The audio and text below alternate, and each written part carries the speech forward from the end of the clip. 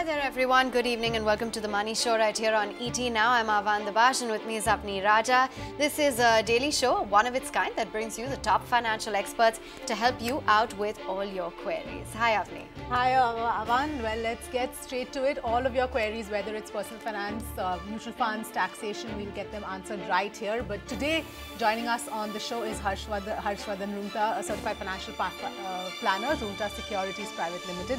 Thanks very much, Harshvardhan, for joining in.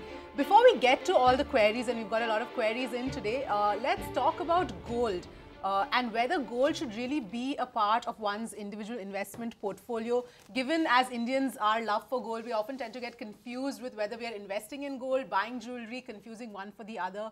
What's your advice as to how one should go about putting gold into their portfolio? So, well, when we look at gold as an asset class, we have seen it's been a favorite for all Indians, especially women, for a very long time now. And despite the government's intention to reduce the purchasing and investment into gold due to, they come out with several schemes which are likely to demotivate a person from investing, we continuously see, the same kind of imports that we have for gold. Nevertheless, if we look at gold as an asset class, I mean, if you look at the returns that gold has generated over the last 1 year, it's been an almost flat situation. There has been no appreciation in gold since last 1 year. If we take a little longer horizon, which is say 3 to 5 years time horizon, the returns have been very nominal to the extent of about 2 to 4%. Now, if you were to look at gold as an asset class, it is only a hedge against inflation. So, in all, you're supposed to get a return which is equivalent to inflation over a period of time. Now, if you were to look at gold as in, the returns that gold as an asset has given for a very long period of time, say around 42 years. If I look at the, the returns in dollar terms, so gold was trading at about $175 an ounce in the year 1975. And if you look at the value today, it's about $1,260 an ounce.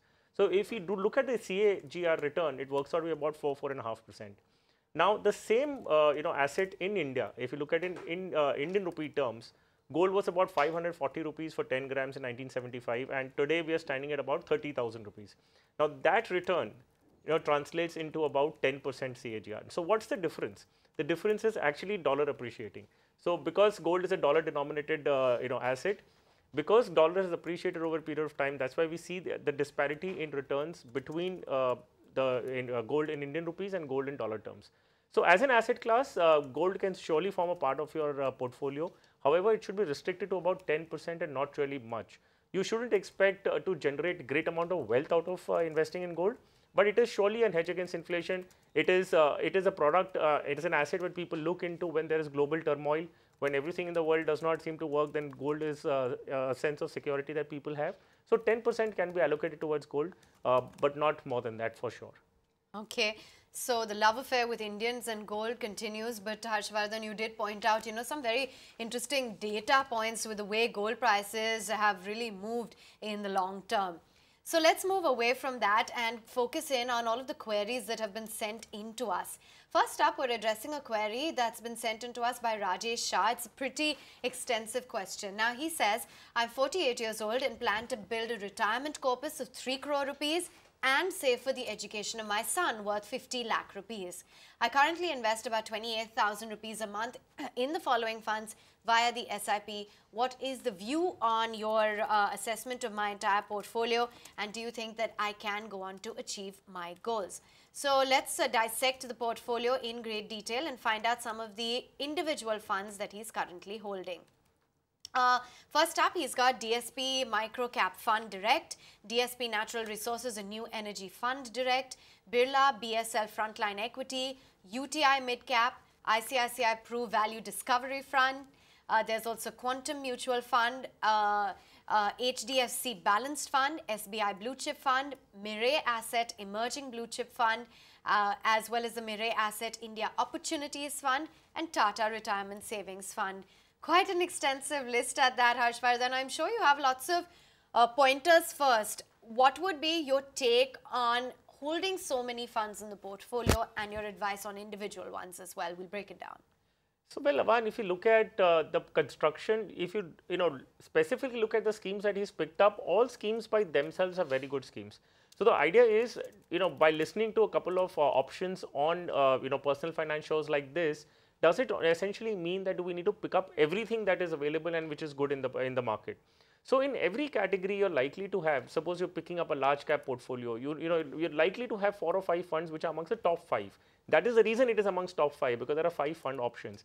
Does not mean that you pick all 5 of them when you want to invest into large cap. You need to still pick only just 1 or 2 out of the schemes, out of the options available in that particular category. So if I look at Rajesh's portfolio, you will notice he is investing in 12 schemes and for an investment of about 28,000 per month. So this is really not the way you would construct a portfolio. Well, the desire to diversify is understandable. You would want to diversify your investment into different schemes so that the risk associated with each investment is mitigated. However, you must understand that each scheme by itself invests into 30 to 40 companies. So if you're going to pick up a portfolio with 4 or 5 mid-cap companies, there is likely to be duplication. What I could do for him, we could reduce his entire portfolio from 12 schemes to about, just say, about 5 schemes, in which the purpose of diversification is solved. The purpose of having access and investment into different categories is also served. So we'll pick the schemes out of his existing 12 portfolios. He doesn't need to really add any more schemes, just consolidate a bit. So we'll invest 5,000 rupees into these 4 schemes that I'm naming now, which is Birla Frontline Equity Fund, 5,000 rupees into that. This is already a part of his portfolio. ICICI Value Discovery Fund 5,000, SBI Blue Chip 5,000, and Mirai Emerging Blue Chip Fund 5,000. So 20,000 gets invested into just these 4 schemes, and the balance 8,000 goes into the HDFC Balanced Fund. In this way, he will construct a portfolio which has exposure into large multi-cap, mid-cap funds, and also a balanced category. And he's picked up one good fund out of these. These may not be the best in the past performance, but these are really good funds to invest into and bet for future performance as well. Now, as of course he goes further, he will need to make sure that he retains those number of schemes and does not just keep adding, just by listening to some good names in future. And this portfolio, since it's an actively managed fund, you will need to review it once in 2 years. Right. Harshvardhan, just, taking this question forward, because we get a lot of queries from viewers who tend to have a whole host of funds, which is, like you said, not necessary, 12, 15 funds in their mutual fund portfolio. What advice can you really give investors in terms of how they should go about planning their portfolios and really not need to invest in so many various funds? Because like you said, each fund then invests in 20, 30 different companies. So it's a big, big diversification there.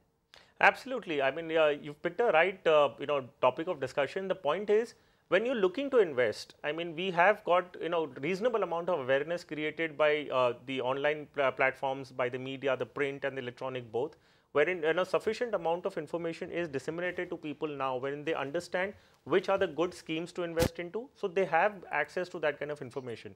Now, as a result, what is happening is that, as I said, each category of funds, be it large cap, multi-cap, mid-cap, they're likely to have 4 or 5 good funds.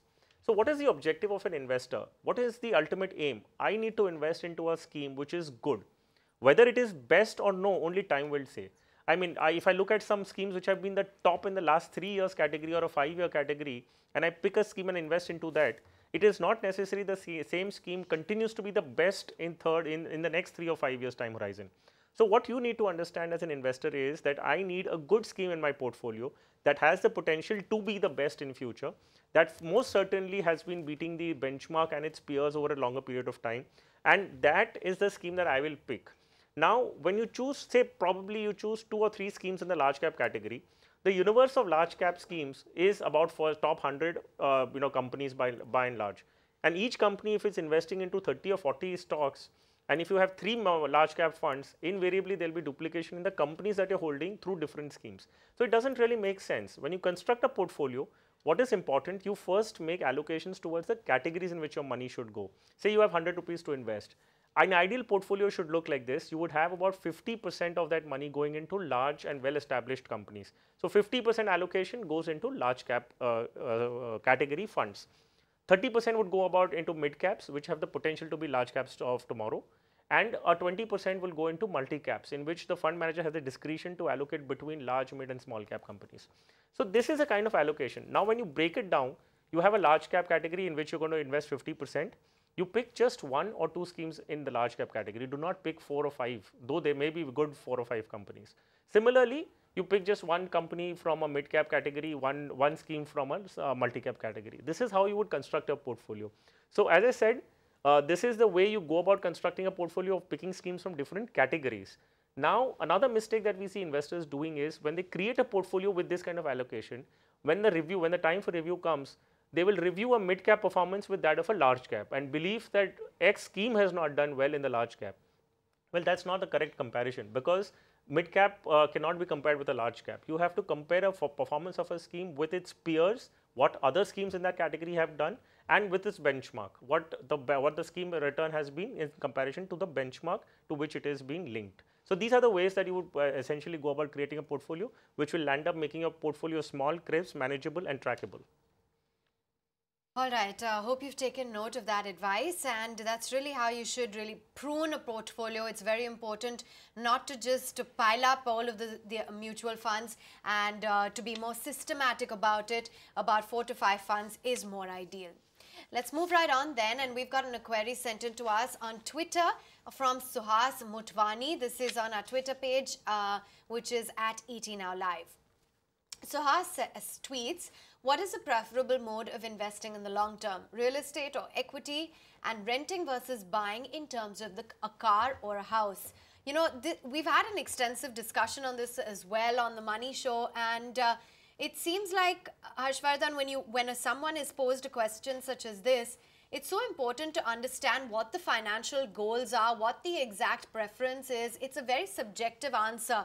But I'm sure in your experience, you know, you've had a look at the overall yields, the kind of financial investment that each of these undertake. What's your advice based on that? So, well, now we're looking at a very subjective topic and a comparison between two asset classes which are, strictly not comparable. However, we'll draw an outline so that an understanding becomes at least simpler. So let's understand an investment product, and how do you evaluate? You have to look at the returns, the potentials that that product has. You have to see the tax efficiency. You have to see the cost of managing a particular investment. So say you have a real estate as an investment. You don't really look at the purchase price and the sale price after a period of time. Why? Because as a real estate, there is a lot of cost that you have to incur to maintain that property. There are property taxes. If you're a residential apartment, there would be society charges. There would be repair and maintenance of that property. So all this will basically be deducted from your sale proceeds. Now, if you do that bit of analysis, you will see the returns that a real estate has generated has been lesser than what equities have generated over a longer period of time. Now, we cannot really take a real estate asset and just compare it strictly, because real estates work in pockets. I mean, some areas have done exceedingly well and some have done just generally about nothing. So, however, on the other hand, if you look at just the returns that Sensex has generated, the index, equity market index over a period of say 38 years or 40 years, the returns have been about 16.5% compounded. So, that is a really good return to make, to generate and create wealth over a period of time. Now, so in that context, when you look at even liquidity, for instance, I mean, if you have a real estate and you really cannot unitize the sale of it. So you have a 3-bedroom apartment. If you need money, say to the extent of just about 10 or 20 lakh of rupees, and the property value is 1 crore, you cannot really sell 1 bedroom out and retain the rest. You have to either sell the entire property or not sell it. Whereas in financial assets, if you have accumulated corpus about 1 crore, you need 10 lakhs, you can definitely liquidate 10 lakhs. So liquidity, unitization of liquidity is also another factor that you need to consider. Now, so as I said, keeping all parameters in mind, the tax efficiency, equities will be a better product to invest for long term.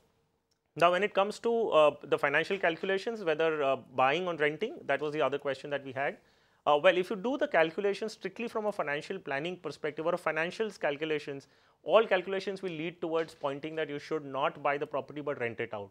However, buying a property is linked to prestige value, linked to emotions. So again, it's a difficult answer to give without getting into the other nitty-gritties. But if purely from a financial calculation perspective, renting is definitely better than buying a property. All right, Suhas, hope you've got the answer that you were looking for and noted all the advice, and importantly, remembering the fact that equity and real estate are two completely different asset classes, and a lot of it on what you choose depends on your financial goals. But on that note, time now for a quick break. If you have any questions, do send in, tweet to us or write in to us right here, and we'll get them answered.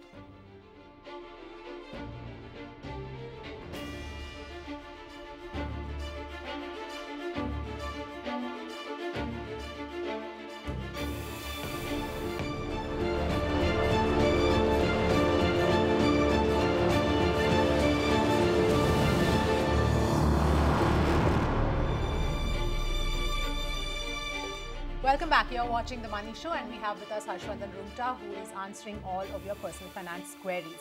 So let's get on with our next query, which comes in from Suhas Bhalerao, who says, I have invested in mutual funds. I have 3 SIPs. I want to invest in the share market. Can you guide me on how to go about it? I have a savings account with SBI. Will it be convenient to open a demat account and trading account with SBI Cap Securities or another brokerage firm?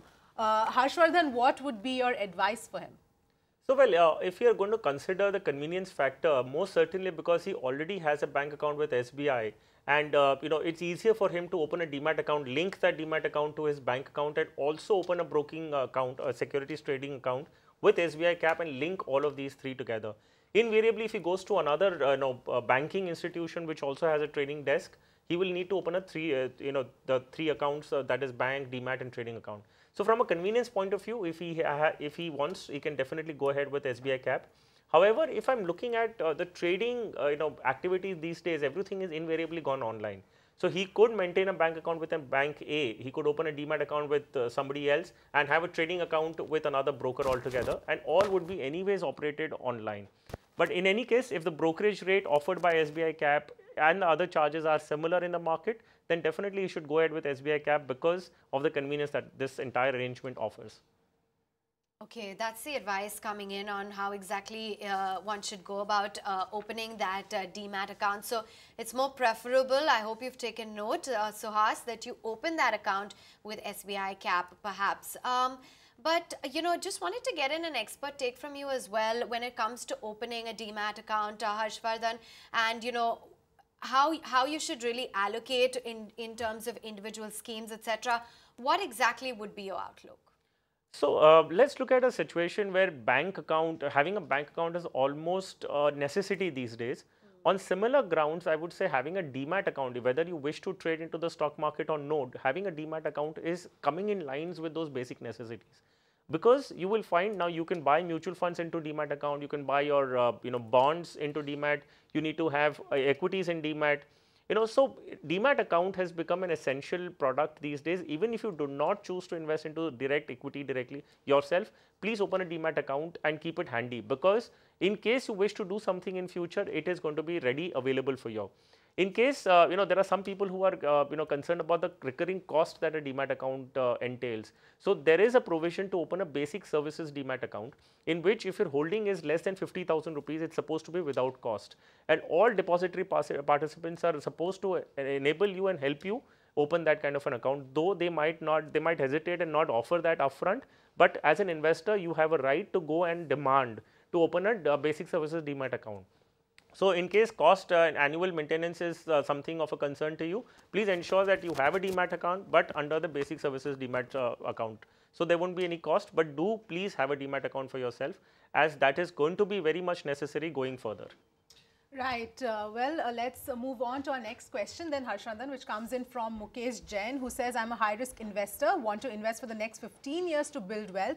Please review my portfolio and advice. Harshvardhan, he sent a whole host of funds that he has, mix of all sectoral, large cap, small and mid cap funds as well, and from all the top fund houses in the country. But what would be your advice for him? Again, we are seeing a host of funds that he has, perhaps maybe needing to consolidate. Well, if you look at his portfolio, Mukesh has about 42,000 rupees that he's investing per month, and he's got 10 schemes to himself. Now, within those 10 schemes as well, we see that there's a heavy tilt towards mid and small cap. Though he's been very clear in his objective where he's mentioning that I'm a high risk investor. So, from that perspective, having a weightage more towards mid and small cap is definitely acceptable, because he's very clear in his mind about it. However, the concern is, of course, the number of schemes. You do not really need, again, 10 schemes. Each scheme by itself, when you look at it, they are all the good performers in the industry. Nevertheless, there is a scope to at least prune 2 of them. So what I could do is, I could just help him at this juncture to reduce 2 of his schemes, and maybe going further, he can kind of look at the performance and start reducing some of them in addition, in future though. So at this juncture, I would suggest he can stop the DSP micro cap investment and invest that into HDFC mid cap opportunities. Though I must make a mention that DSP micro cap is a good fund by itself, but you have an option to consolidate. I would suggest that you consolidate them. You can stop the investment SIP in Birla small and mid cap and increase that amount into the IDFC Premier Equity Fund. Now, going further, make sure that you reduce them further as and when you evaluate your the review and evaluate the performance of your fund and review your portfolio. So, try and reduce them by another 2 or 3 schemes in the future. All right, Mukesh, hope you've got the answer that you were looking for. Your portfolio at this point is heavily tilted, as Harshvardhan is saying, towards small and mid caps, and perhaps you need to look at some sort of consolidation. Well, our next query is from James, who says he's looking for 30% returns via mutual funds over the long haul. What kind of allocation should I have ideally in mutual funds? Harshvardhan, he wants 30% returns in mutual funds. What would be your advice for him? So, well, if any product, forget mutual funds, if any product assures me to get a 30% compounded return over a long period of time, I think it would be most desired option. But that's not really what is going to happen in future. So, my suggestion is to first understand the product in which you are investing, though it has a potential to give you very good returns. Now, very good returns, I would say the best performance over a longer period of time have given returns which is in excess of 20% per annum. So, that's a very good return by itself. But however, expecting that this asset class equity, for instance, has a capability of giving say 25–30% annualized return over a long period of time is actually being unrealistic. What happens, I will tell you what is it that you need to be cautioned about is that if you are having such high expectation from a particular product, you are going to be dissatisfied over a period of time, because that is not what you will get. Besides this, there is another problem is if you are aiming to accumulate a particular target, I mean corpus. So, you have a choice, I mean you decided for yourself, I want say 1 crore after X period of say probably 10 years. You do a backward calculation assuming a particular return that this product has capability of delivering. So, if you assume a 30%, the requirement to invest is going to be very less as compared to when you assume a 15%. So, if you assume a 30% and you start investing in that product according to a 30% return assumption, then you will definitely not achieve your target if you do not get 30%. However, it is better to be conservative. You look at a return range of about 12 to 15% from an equity mutual funds over a longer period of time.